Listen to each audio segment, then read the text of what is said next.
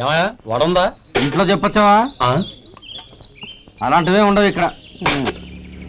ఏమడిగారు? వాడా. ఒక్క నిమిషం రాడా.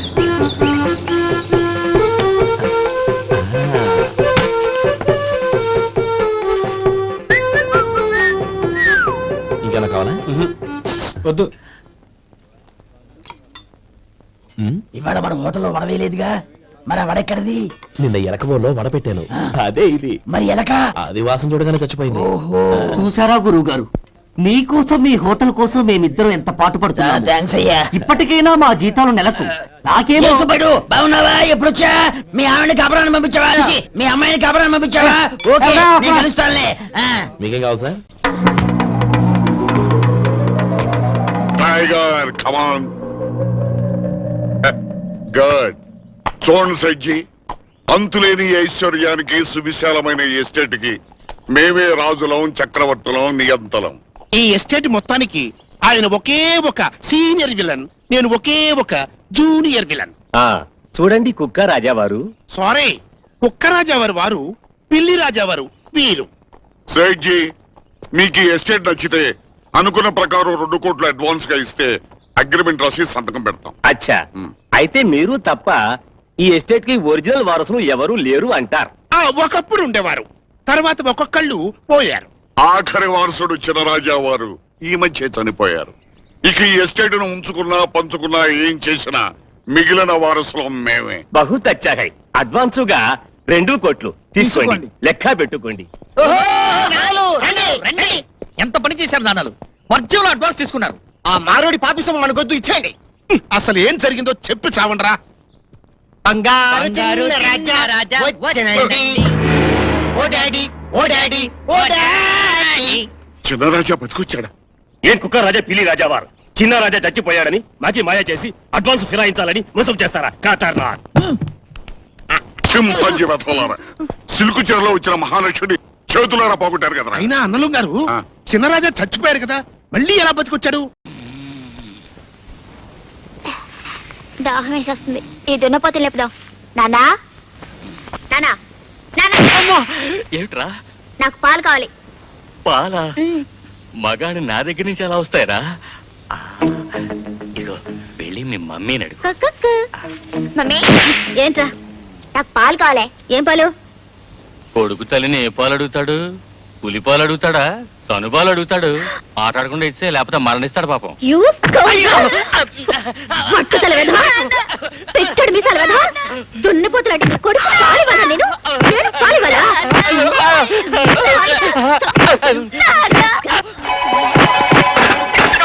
మళ్ళీ ఎక్కడేమిటి గొడవ?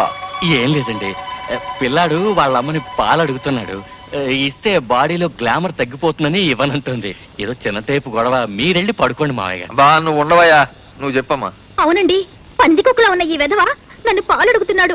ఇదేమన్నా ధర్మంగా ఉందా చెప్పండి బాబాయ్ గారు. పాలు పాలు.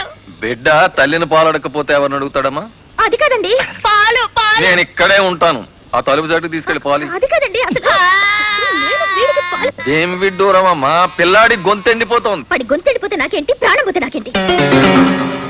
అయ్యయ్యో, ప్రపంచంలో ఏ తల్లి అయినా బిడ్డ చావు కోరుకుంటుందా? చూడమ్మా, నేను చాలా పట్టుదల మనిషిని. ఏమైనా సరే నువ్వు పాలిచ్చే వరకు నేను ఇక్కడి నుంచి కాదలను. అయితే వినండి, అసలు నిజం చెప్పేస్తాను. ఏమిటి?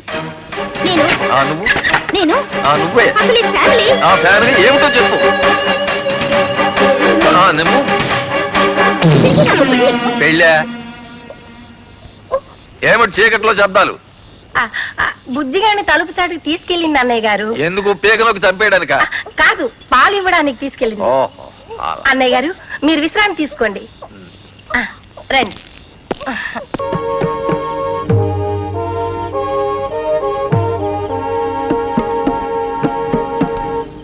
బాబా, దెయ్యం. దెయ్యం దగ్గరికి దెయ్యాలు ఎందుకు వస్తాయ్యా? మీరేంటి ఈ టైంలో వచ్చారు? ఏం లేదు, ప్యారిస్ బై నైట్ లాగా పురుషోత్తం బై నైట్ ఎలా ఉంటుందో చూద్దామని రాత్రిపూడి వచ్చాను. అవును, నువ్వేంటి లంక అంత ఇల్లు ఇడిచిపెట్టి వాచ్మెన్ లో బయటేసా పక్క? మనం 4 years నుంచి అవుట్డోరే కదండి. 4 ఏళ్ల నుంచి అవుట్డోరా? మరి ఇండోరు? No question. అప్పుడే? మరి మీ ఆవిడ ఎక్కడ పడుకుంటుంది? లోపల. నువ్వు బయట. 4 ఏళ్ల నుంచి బయటే ఉంటున్నావు. అవునండి.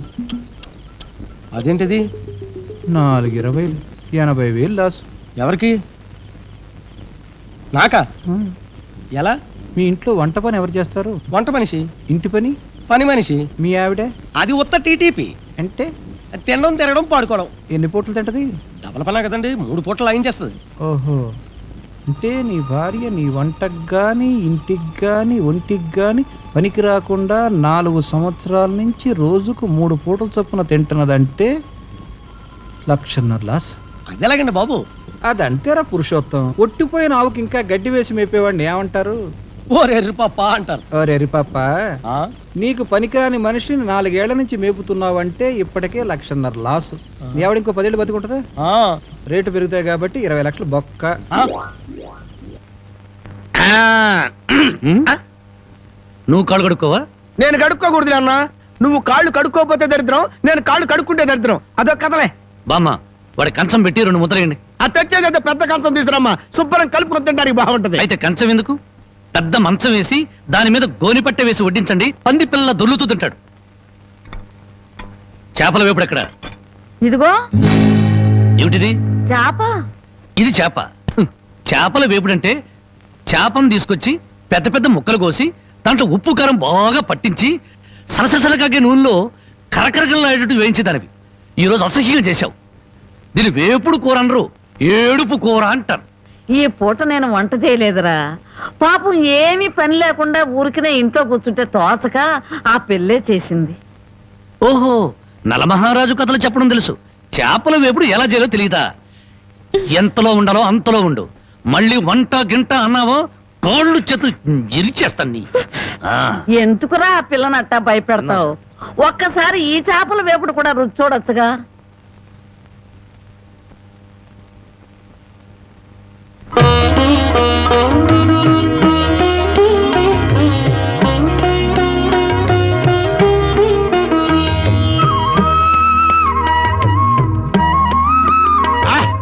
హే భగవాన్, ఇంత కమ్మటి కూర తిన్న తర్వాత చచ్చినా పర్వాలేదు. నిజంగానా? అయితే బాగా తిను. తిన్న తర్వాత నేనే చంపేస్తాను.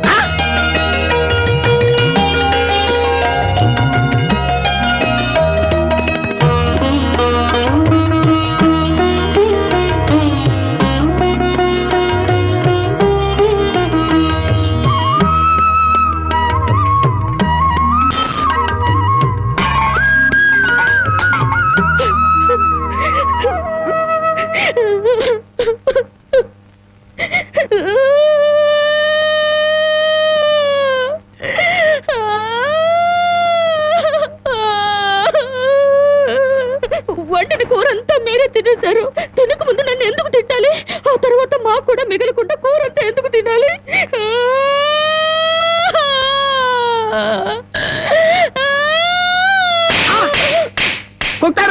పొద్దుపోక ఇంట్లో ఉన్న కూరలన్నీ మన ముందు తెచ్చి పెట్టారనుకో, ముందు వెనక ఆలోచించకుండా మింగేయడమేనా? మొత్తం మనం తింటే చివరికి ఆడవాళ్ళేం తినాలి? ఆడు సరే, నీ బుద్ధి ఏమైంది? ఒరే, ఏదేమైనా సరే దాన్ని చేసుకునేవాడు చాలా అదృష్టవంతుడు. కరెక్ట్ అండి. ఏది కరెక్ట్? మీరు దేనికి కొట్టకుండా ఉంటారు, అది కరెక్ట్ అండి.